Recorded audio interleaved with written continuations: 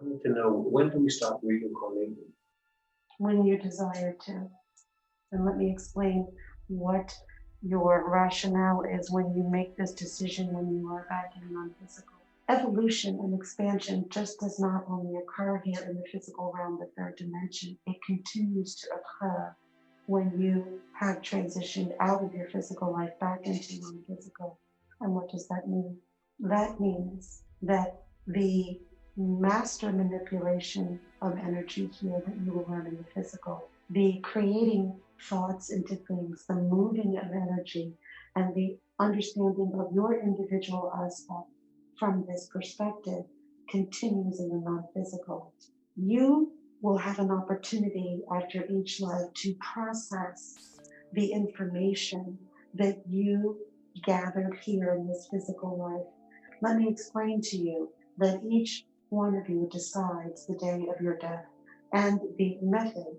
And even on some level, subconsciously, you are aware of it, though most of you deny this intuitive knowledge. And so, you will exit this life in a manner that serves your purpose from the perspective that you would like to experience. Death, as you know it, is often looked at as a very negative thing here in this world, in this culture. It is perceived as something wrong happening. It is not understood from the perspective that your consciousness never stops. The moment you decide to transition out of this body, you experience no delay. There is no stopping of your conscious thought. You simply, let me give you an analogy. When you get out of a car, when you arrived here today, you must exit your car to come to this building. Yes? Yes. It is the exact same for you regarding your bodies.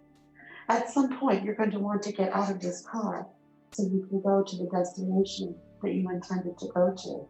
And from our perspective, it is always very interesting for us to observe the great emotional upheaval that you humans have when you exit your bodies. For not only did you intend to do that, and do you do it repetitiously, not only do you really view death as as a stepping stone to what you call death, for there is no true death. You leave this body when you have decided that you no longer need any more information from this physical experience, and that you have gathered enough to then process it on what you call the other side, where you will have assistance and support in processing the information, the perspective that you gathered, and also understand this. And let me explain it in a way that you can understand it. Most humans are very linear, and so I will do my best. Your soul is a part of you. It is all of you, meaning your soul is fully integrated in this physical form that you now have. Howsoever, this life that you are experiencing is only a part of your soul. Let me say that again. Your soul is entirely in your body. It is entirely, you are the framework. You are your soul. However, you are only a part of the total consciousness of your individual self. Let me explain. In this dimension, the third dimension, time runs in this manner. There is a past, there is a present, and there is a future. There is a 9 a.m., a 12 p.m., and an 8 p.m., yes? Yes. And in this manner, because this is a physical life, this dimension is very dense materially. There is a past, present, and future, but outside of this dimension, time occurs in what you think of as what can be considered simultaneously. And what that means is that what you think of as a past life, of course chronologically is, in your terms, but understanding that outside of this dimension, the part of you that the higher self, the part of you that remains in the non-physical dimension, that part of your consciousness is experiencing the perspectives of all the other lives simultaneously. Then you can comprehend and grasp it from a past, present, and future, but you, yourself, your higher self, is actually experiencing those lives from what you can call simultaneously. And so then understand that outside of this third dimension, there is no past, present, or future, you see. And it is a very large concept for you to understand that a life that you have experienced in the 800 BC is actually still occurring. It is also important to understand that in this life, as you in this body, this identity, the power of your thoughts in relationship to the energy that is shared with has created alternate probable realities on this life. And I will explain it this way.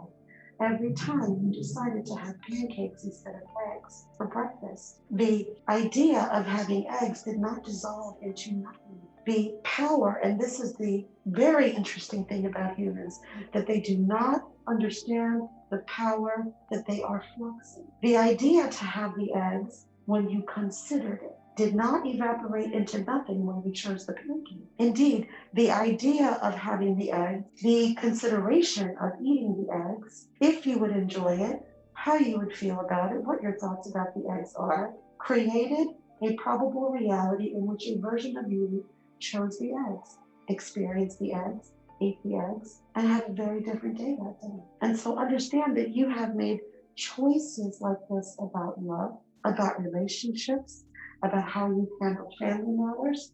Every choice and decision you have made has created alternate versions of you. So let us use another example.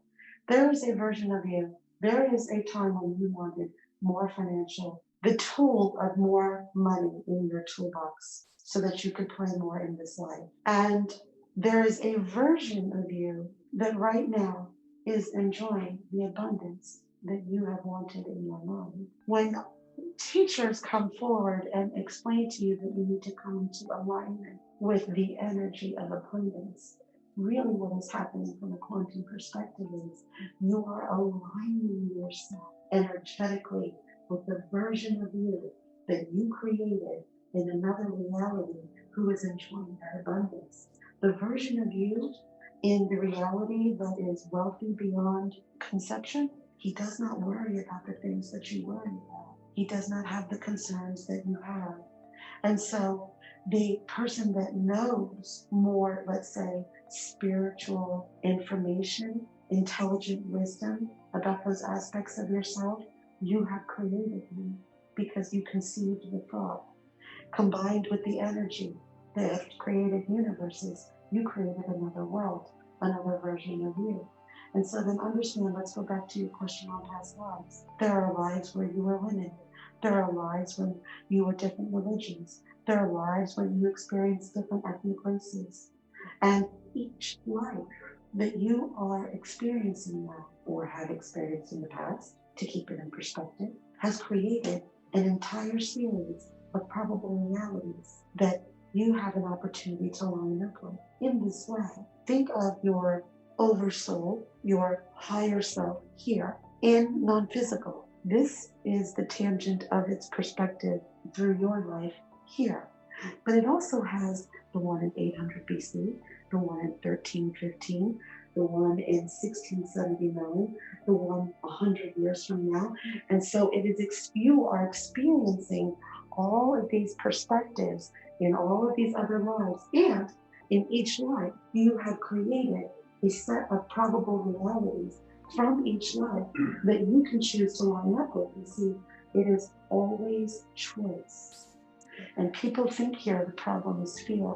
And from an energy perspective and how they grasp energy, it is. Which is why many teachers have come forth to discuss with you the energies that resonate with fear, that are not in harmony with the creational power that is you, which of course, as you call it in your terms, is love. Howsoever, your ability to line up with the energies that are more in alignment with that, let us say, love, joy, spontaneity, those are the versions of you in your probable realities from this one life alone that you're going to be able to merge, you're going to be able to become, and then experience the things that you wanted. And so let's go back to your question, because of course I digressed. You will come forth into physical experience until you have achieved what you desire to achieve, until you have become the master of this flow of energy in physical form, until you have experienced the perspectives that you require to evolve to the next level of you, not in the physical dimension. You will no longer need to. It will become an option for you, you see. And so that's why you come forth into so many lives from so many different angles.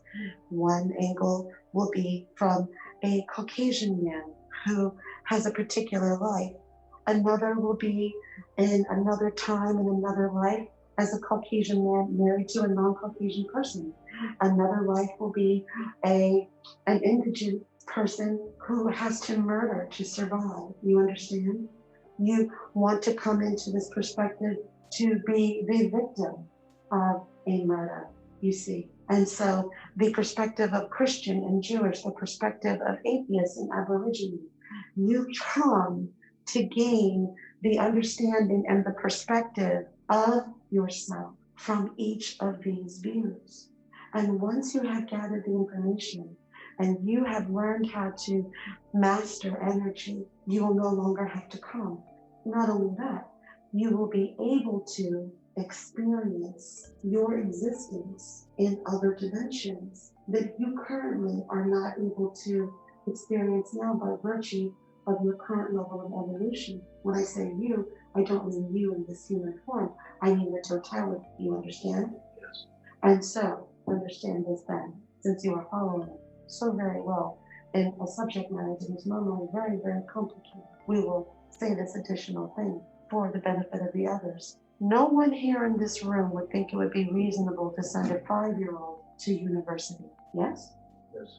Because you understand on a cognitive level, there is information that the 5-year-old must become privy to, must be able to assimilate, must be able to handle. And at a certain point, then that individual will be able to handle the information that is held at the college level. You see, it is the same in non-physical. And so it is directly related to the answer to your question. When you have achieved the information and processed it from a level of understanding, and you have used this physical dimension in all of these different aspects, you are the one who was robbed and you are the robber.